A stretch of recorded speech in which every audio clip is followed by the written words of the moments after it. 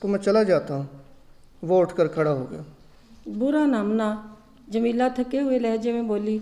سچ جان، میری طبیعت اس سمے ٹھیک نہیں، میں سویرے تیرے پاس آؤں گی۔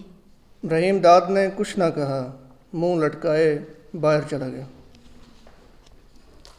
اس کے قدموں کی آہٹ چپ سناٹے میں گھل مل کر ڈوب گئی تو جمیلہ بستر سے نیچے اتری، آگے بڑھی۔ اس نے دروازے کی زنجیر چڑھا دی اور بستر پر لیٹ گئی۔ دوسرے روز وہ رحیم داد کے پاس نہیں گئی۔ اس نے سویرے ہی سویرے جلیل کو اپنے کمرے میں بلایا۔ جلیل ابھی تک اپنی بیوی زینت اور بچوں کے ساتھ حویلی میں ٹھہرا تھا۔ جمیلہ نے اپنا ایک خط دے کر جلیل کو نہال دین کے پاس شامار کے روانہ کر دیا۔ جلیل کے جانے کے تھوڑی دیر بعد وہ نیچے اتری اور سیدھی ان مہمانوں کے پاس چلی گئی جو تاجہ کے بیاہ میں شرکت کرنے آئے تھے۔ وہ تمام وقت انہی کے ساتھ رہی، دونوں وقت کا کھانا بھی ان کے ساتھ بیٹھ کر کھایا اور رات گئے تک بیٹھی باتیں کرتی رہی۔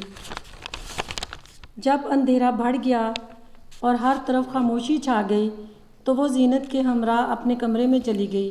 جلیل ابھی تک شمارکے سے واپس نہیں آیا تھا۔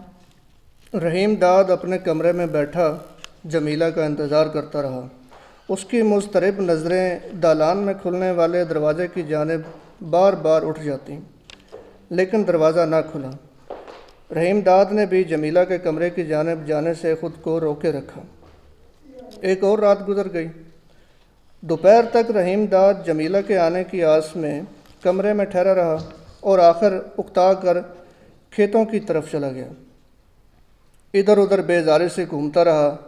کچھ ہی دیر بعد واپس اپنے کمرے میں آیا اور کھانا کھا کے تھکا ہوا سا بستر پر لیٹ گیا۔ شام کو وہ اپنے کمرے میں تنہا تھا۔ جمیلہ اس کے دروازے کے سامنے سے گزری۔ اس کے ہمراہ جلیل، زینت اور ان کے بچے تھے۔ وہ دیپال پور واپس جا رہے تھے۔ جمیلہ انہیں رخصت کرنے حویلی کے پھاٹک تک گئی۔ پھاٹک کے عین سامنے تانگا کھڑا تھا۔ جلیل بیوی بچوں کے ساتھ تانگے میں سوار ہو گیا۔ واپسی پر جمیلہ ایک بار پھر رحیم داد کے کمرے کے سامنے سے گزری، لیکن ادھر نہیں گئی۔ رحیم داد بے قرار ہو کر کھڑا ہو گیا۔ اس نے اونچی آواز سے جمیلہ کو ٹوکا، جمیلے۔ وہ خاموشی سے کمرے میں داخل ہوئی اور کرسی پر بیٹھ گئی۔ رحیم داد نے شکوہ کیا، تو کل سویرے آئی نہیں، میں رات کو بھی دیر تک تیرا انتظار کرتا رہا، تو مہمانوں کے پاس بیٹھی گلیں کرتی رہی، وہاں سے اٹھی تو ادھر نہیں آئی، زینت کے ساتھ سیدھی اوپر چلی گئی۔ تو پہلے بھی تو اسی کمرے میں اکیلا رہتا تھا، چند روز اور ٹھہر جا، پھر آ جانا، اب تجھے روک بھی کون سکتا ہے؟ سامان تو کل سویرے بھی پہنچ سکتا ہے۔ جمیلہ کی طرف سے حوصلہ افزائی ہوئی تو وہ اترانے لگا اور بے تکلفی سے بولا، میں تو آج تیرے ہی پاس رہوں گا، تیرے بنا اب مجھے نیند نہیں آتی۔ اس نے ایسی چھپتی ہوئی نگاہوں سے جمیلہ کی طرف دیکھا کہ اس کی نظریں چک گئیں۔ رحیم داد اور بے قابو ہو گیا۔ سچ، آج تو بہت سونی لگ رہی ہے، دیکھ، انکار نہ کرنا۔ جمیلہ نے نرمی سے انکار کر دیا۔ تجھے تو پتہ ہی ہے نا، تاجہ آج ہی مکلاوے پر آئی ہے، وہ میرے ہی ساتھ ٹھہری ہے۔ تو نے اس کا بیاہ کر دیا اور بہت دھوم دھام سے کر دیا۔ رحیم داد نے برہم ہی کا اظہار کیا۔ اب مکلاوا شکلاوا چھوڑ کر اس چکر میں زیادہ نہ پڑ، بہت ہو گیا۔ چودھری تو کیسی گلاں کر رہا ہے؟ جمیلہ نے کسی قدر ناز سے گردن کو ہلکا سا خم دے کر رحیم داد کی جانب دیکھا۔ جب اس کا بیاہ کیا ہے تو ساری ہی ریتاں رسماں کرنی پڑیں گی، مکلاوا بھی کرنا پڑے گا، ایسا تو کرنا ہی پڑتا ہے۔ رحیم داد تیوری پر بل ڈال کر تیز لہجے میں بولا، میں چاہتا ہوں اب یہ چکر ختم ہو جائے۔ ناراض نہ ہو، جمیلہ نے کہا، 2-3 دن اور شانت رہ، تاجہ روز روز تو آنے سے رہی، وہ پرائے گھر کی ہو چکی ہے۔ تو نے اب تاجہ کے بہت لاڈ کر لیے، آگے جو ہونا ہے فتح سے کہے کہ وہ کرے، وہ اس کی ماں ہے، اسے بھی تو کچھ کرنا چاہیے، تو نے ہر بات کا ٹھیکہ تو نہیں لے رکھا۔ ٹھیک ہے، جیسا تو کہہ رہا ہے ویسا ہی ہوگا،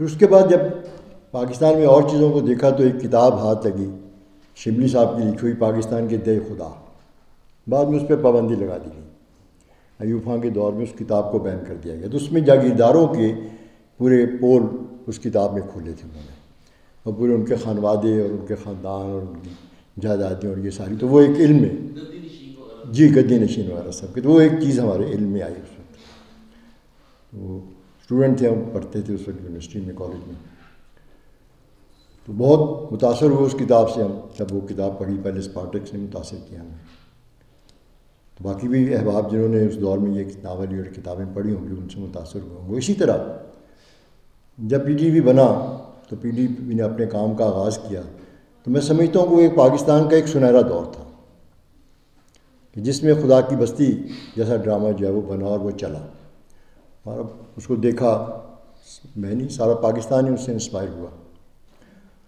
اور پھر جب اس کے بعد جانگلوس، اسی سے میں آگے آتا ہوں، جب جانگلوس چلا اور پھر جانگلوس بین ہو گیا، تو یہ جو فرق ہے خدا کی بستی اور جانگلوس کے درمیان، یہ میں سمجھتا ہوں کہ پاکستان کے زوال کا وقت ہے، کہ وہ لمحہ پاکستان کا کہ جب پاکستان کے یونیورسٹی اور کالجز میں اسپارٹکس بھی پڑھا جاتا تھا، اور دوسرے اور وشیوں اور ناول جو تھے وہ بھی پڑھے جاتے تھے، اور ان کی لائبریریوں میں ایک جو کتابیں اور ناول جو ہے موجود بھی ہوتے تھے، اور بین نہیں کیے گئے تھے پاکستان کے اندر۔ پھر خدا کی بستی کے بعد جب جانگلوس پہ بین لگا تو پھر آپ دیکھیں کہ اس پورے تاثر کو ختم کرنے میں جو پاکستان بننے کے بعد آہستہ آہستہ آگے بڑھ رہا تھا، وہ کہ مارشل لاؤں کا زمانہ رہا، بے آئین سرزمین تھی اس وقت کی، یعنی کہ صحیح معنوں میں تو وہ کہتے ہیں کہ آئین 1973 میں بنا، بیچ میں ایک آئین بنا، پھر وہ خود ہی بنانے والوں نے خود ہی ختم بھی کر دیا وہ آئین، تو لیکن اس پورے حالات کے باوجود بھی پاکستان میں جو اس وقت کا ادب ہے، اس نے پاکستان میں تحریکوں کو بہت مہمیز دی، بہت طاقتور تحریکیں یہاں طلباء میں بھی، مزدوروں میں بھی اور کسانوں میں بھی بہت طاقتور تحریکیں بنی، اور ادب میں بھی انجمن ترکیب پسند مصنفین اور باقی جتنے بھی تحریک تنظیمیں تھیں انہوں نے بھرپور کام کیا، مطلب کہ میں یہ سمجھتا ہوں کہ وہ دور ہے کہ جس میں بہت لٹریچر تخلیق ہوا، بہت زیادہ چیزیں شاعری میں بھی ملی، افسانے میں بھی ملی، اور پھر جب پی ٹی وی پہ جانگلوس آیا اور خدا کی بستی آئی تو اس کے ساتھ نظر بھی آئے کہ بعد میں ہمیں قرۃ وہ ملتی ہیں، نور الہدیٰ شاہ ملتی ہیں کہ جنہوں نے ٹی وی کے اوپر جاگیرداری کو بہت برے طریقے سے ادھیڑ کے رکھا، اور پہلی دفعہ انہوں نے ٹیلی ویژن کی اسکرین کے اوپر بیٹی کو یا بہن کو قرآن کے ساتھ شادی ہوتے ہوئے دکھایا کہ جاگیردارانہ معاشرہ کس طرح اپنی جائیداد کو بچانے کے لیے اپنی بیٹی یا بہن کو قرآن کے ساتھ بیاہ دیتا ہے، وہ کہتا ہے اب تم اس کی بیوی ہو، اب بس اب تم بیٹھ جاؤ اور تم دعا کرو اور تمہارا اور کوئی حق نہیں ہے، تو یہ پھر حوصلہ انہی تحریروں نے غالباً نور الہدیٰ شاہ کو دیا۔ سارے تلخ حقیقتیں اپنی تاریخ میں وہ یاد رکھی جاتی ہیں، ان کو آپ چھپا نہیں سکتے، سبھی جانتے ہیں، میں بھی جانتا ہوں، زاہد عامر اور باقی سب اسٹیج معتبر جو نیلم ظاہر صاحبہ بھی اور خالد صاحب خالد، کون نہیں جانتا، بیدار سرمدی کے اخبار میں جانگلوس کے حوالے سے شوکت صدیقی کا کتنا بڑا آرٹیکل لگا تھا، یا ان کا کوئی مضمون چھپا تھا جو بڑا اعتراض کیا گیا تھا کہ اس کو جانگلوس کو جب بین کیا گیا تو بہت بڑا پورے صفحے کا وہ مجھے یاد ہے اس دور میں جو اس کے بارے میں ایک ریئیکشن آیا تھا، اور اس میں ظاہر اس کو اڈاپٹ کیا گیا تھا جانگلوس سے امجد اسلام احمد صاحب نے، اور ایک کام میں یہ بھی پتہ چلا کہ ان سے پہلے ایک اور بھی شاعر کو، وہ بھی بڑا نام ہے ان کا، امجد صاحب کے اختلاف نہیں ہے ان سے، ظاہر بہت کمال کی ان کی شاعری، اپنا ایک سوچ فکر نظریہ اس سے اپنی جگہ ہے، ایک اور صاحب کو یہ ذمہ داری دی گئی تھی، وہ بھی ہمارے ہی دوستوں نے دی تھی جو ترقی پسند حلقے سے ہی ہیں، آپ کی کمر میں چھرا آپ کے اپنی کھونپتے ہیں، اور ہمارے بھی ساتھ یہی ہوا اور ہوگا بھی، پتہ ہے ہمیں، تو وہ انہوں نے تو معذرت کر لی، پھر کمرے جو نظر تھی وہ امجد صاحب پہ گئی، لیکن ایک کمال ضرور تھا، جانگلوس سے انہوں نے بارش ڈب ضرور کیا، اور محبوب عالم اور وہ جو باقی کردار تھے وہ اپنی جگہ ایک حقیقت بنے ہیں، بارش کا ایک امپیکٹ بہت اپنی جگہ مضبوط ضرور رہا ہے پنجابی، لیکن شوکت صاحب نے بھی ایسے ہی جانگلوس نے لکھا تھا، وہ پوری سرائکی زبان سیکھی، وہ پورے اس پٹی میں گئے، انہوں نے پورا اس نکیل کو دیکھا، اس کو سارا ضبط کیا اور سارے اپنے اندر اتارا، اور شاید وہ کچھ سندھ کے ہوا کلچر زیادہ ڈومینیٹ کرتا تھا، تو اس لیے جو میں نے بتایا نا کہ ان کو ضیاء کی جو ایک انکار کرنے کی سزا ملی وہ سزا ظاہر ہے ہم سب کو ہی ملتی ہوتی ہے لیکن ہمیں پرواہ نہیں ہوتی.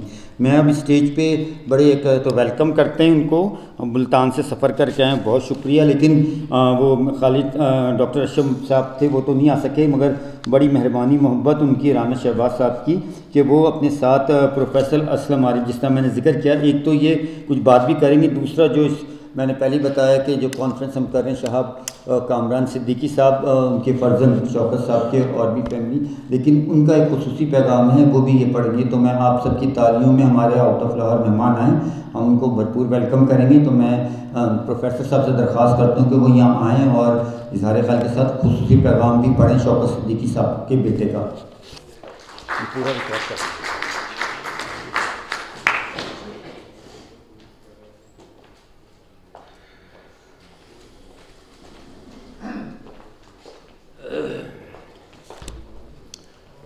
معزز سامعین, یہ شہاب کامران صدیقی صاحب جنہوں نے یہ پیغام پڑھنا تھا, کسی ہمارے اور دوست تھے اشرف صاحب, انہوں نے پڑھنا تھا تو وہ ان کا کوئی مصروفیت تھی تو وہ نہیں آ سکے. تو اپنا شہباز صاحب نے مجھے کہا کہ جی آپ چلیں میرے ساتھ. تو میں نے بھی یہی سمجھا کہ وہاں کے ترقی پسند دوستوں سے ملاقات ہو جائے گی, ان کی باتیں سنیں گے اور کچھ اپنا نقطہ نظر بھی ان کے سامنے رکھیں گے. تو جو بات سارے دوست کر رہے ہیں, تو یہ جو انجمن ترقی پسند مصنفین کے حوالے سے جو تحریک تھی, تو اگر اس کا حوالہ میں اس طرح دینا چاہتا ہوں کہ یورپ میں بھی جب رینیسانس شروع ہوئی, جسے ہم اردو میں نشاط ثانیہ کہتے ہیں یا ریوائول آف لٹریچر جسے کہتے ہیں, تو وہاں بھی جو ادب اس وقت تخلیق ہو رہا تھا انگلینڈ میں, تو اس کا ریئل لائف سے کوئی تعلق نہیں تھا. مقصد زیادہ تر پوئٹری ہے یا پروز ہے تو وہ زیادہ تر ایسے جو مابعد الطبیعت یا مرنے کے بعد کیا ہوگا, یا آسمان جو ہے وہ اس کے اوپر اس کی بلندی کتنی ہے, یا اللہ تعالیٰ کو ہم کیسے پا سکتے ہیں, یا ایسی چیزیں تھیں جس کو ہیومن دماغ سے جس کا کوئی تعلق نہیں تھا. تو رینیسانس میں انہوں نے یہی کہا کہ آپ اپنے بارے میں, انسان اپنے بارے میں سوچے کہ اس کے ارد گرد کیا ہو رہا ہے. تو رینیسانس میں یہی تھا کہ جو جیسے اس کی ابتدا ایسے ہوئی تھی کہ جب کانسٹینٹی نوپل یا قسطنطنیہ فتح ہو گیا, تو وہاں پر جو وہاں کے ادیب تھے, دانشور تھے, تو وہ اپنا کانسٹینٹی نوپل کو چھوڑ کے یہاں پر یورپ میں بھی آباد ہو گئے اور دوسرے ملکوں میں چلے گئے, اور وہاں پر وہ اپنی بہت ساری کتابیں اور اپنا نالج بھی ساتھ لے آئے. تو اسی طرح آج جب آپ شوکت صدیقی صاحب کا ذکر کرتے ہیں تو بہت سارے پارٹیشن, یہ جو آپ کی تقسیم ہوئی تھی ہندوستان کی, وہ ایک ان نیچرل پروسیس تھا. اس کے بہت سارے نقصانات ہوئے, اس کے بہت سارے اس میں ہم کہہ سکتے ہیں کہ لوگ جو ہے در بدر ہوئے, بہت سارے لوگ جو ہے مارے گئے اس سفر میں. لیکن اس کا ایک فائدہ یہ بھی ہوا کہ اس ہندوستان سے بہت سارے پڑھے لکھے لوگ اس پاکستان میں آئے, کراچی میں آئے, لاہور میں آئے, تو یہاں پر دو دبستان ادب کے پیدا ہوئے. تو کراچی میں سبت حسن صاحب اور شوکت صدیقی صاحب اور ڈاکٹر محمد علی صاحب, اور اس کے علاوہ بہت سارے نام ہیں جنہوں نے اپنی ادبی صلاحیت سے اس ملک کے لوگوں کو, اس دھرتی کے لوگوں کو ادب سے روشناس کرایا, اور ان کی تحریروں سے ہم نے بہت فائدہ اٹھایا. تو یہ جو مصنفین روشنی کی مشعلیں میں اس تقریب کے معزز مجلس صدارت، مہمان خصوصی، مقررین، اس تقریب کے تمام انجمن ترقی پسند مصنفین کے عہدیدار اور منتظمین کے شکریہ کے ساتھ اس بات کی اجازت چاہوں گا کہ میں اپنے کچھ خیالات کا اظہار کر سکوں۔ میں اس تقریب کے تمام معزز شرکاء کرام کا خصوصی طور پر مشکور ہوں کہ اپنے قیمتی وقت نکال کر اس مجلس میں موجود ہیں۔ آج ہم یہاں ترقی پسند مصنفین تحریک کے ایک نمائندہ ادیب اور سیاسی مدیر جناب شوکت صدیقی کے 7 سالہ یوم ولادت کی تقریب میں ان کو خراج تحسین پیش کرنے اور اپنی عقیدت کے اظہار کے لیے یہاں موجود ہیں۔ یہ تحریک جو 9 دہائیوں کے بعد بھی ہر صورتحال میں موجود رہی اور ترقی پسند مصنفین اور ہم خیال احباب جو اس سے جڑے رہے، ایک کارواں کی صورت میں رواں دواں ہے۔ یہ خود شوکت صدیقی صاحب کے لیے بھی اعزاز تھا جس کا وہ موقع برملا اظہار کرتے رہے۔ تو ان کے مطابق ترقی پسند تحریک جو جب وجود میں آئی تھی اس سے میں بہت متاثر ہوا، اور اس لیے کہ اس کے شریک تمام قلمکار زندگی کے ان پہلوؤں پر لکھ رہے تھے جن پر سب نہیں لکھتے تھے، جس کے لیے ہمت، جرأت اور سچائی کی ضرورت ہوتی تھی، یعنی معاشرتی خامیاں اور بیماریاں نظام کے خلاف کچھ تحریر کرنا میرے نزدیک جرأت مندانہ اقدام ہے۔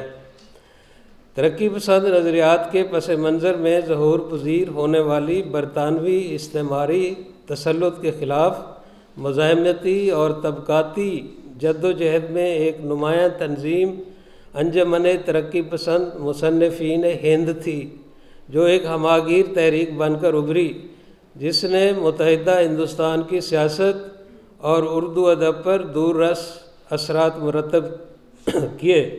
اس تحریک نے بے شمار نامور ادباء اور شعراء اور اپنے دور کا شعراء آفاق گراں قدر شاہکار ادب تخلیق کیا۔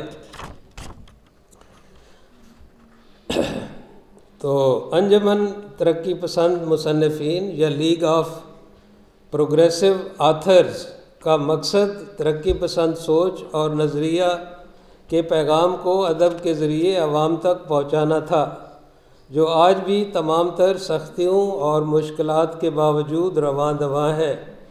گو یہ تلخ حقیقت ہے، اتنے بڑے ناموں کی ایک لمبی فہرست ہے، کون سا ایسا بڑا نام نہیں جو اس تحریک میں شامل نہ ہوا ہو، مگر ریاستی ظلم، جبر اور پابندیوں کی وجہ سے جو بنیادی طور پر امریکی میکارتھیزم کی شکل میں موجود ہے، جس کے تحت اب کوئی بھی گناہ کر سکتے ہیں مگر حقوق کی بات نہیں کر سکتے، لہٰذا وہ نتائج نہ مل سکے جو اس تحریک کو ملنے تھے۔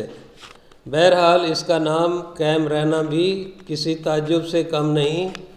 یہ خوش آئند بات یہ ہے کہ یہ اپنی آب و تاب کے ساتھ جاری ہے اور اس کے نام لیوا موجود ہیں۔ ناول نگار وکٹر ہیگو نے تو یہاں تک لکھا تھا کہ روشنی کبھی بوڑھی نہیں ہوتی، ہر جد و جہد اور ہر تحریک، خاص سیاسی ہو، سماجی ہو یا اقتصادی ہو، بنیادی طور پر طبقاتی ہوتی ہے۔ میرا بھی شوکت صدیقی صاحب سے، یہ ان کے بیٹے کی چونکہ تحریر ہے تو وہ اپنے بارے میں، میرا بھی شوکت صدیقی صاحب سے عجیب سا رشتہ اور باقی سب سے بالکل مختلف انداز کی مخفی سچاؤ، سرد و گرم اور موسموں کی طرح سے بے یقینی سا رہا۔ یار لوگوں نے بہت جلدی ہی میرا بہت کچھ مجھ سے چھین لیا۔ میں آج بھی اس رات کو یاد کرتا ہوں جب کہ میں سب کچھ اچانک چھوڑ کر تارک وطن ہو گیا اور کینیڈا کے سفر کو روانہ ہوا، اور اسی رات کو یاد کر کے اب بھی میں دکھی ہوتا ہوں۔ محترم شوکت صدیقی صاحب کی میراث اور صفاتی امر کے دعوے دار تو بہت ہو سکتے ہیں، اور کیا کوئی ان کی سوچ و فکر اور قلم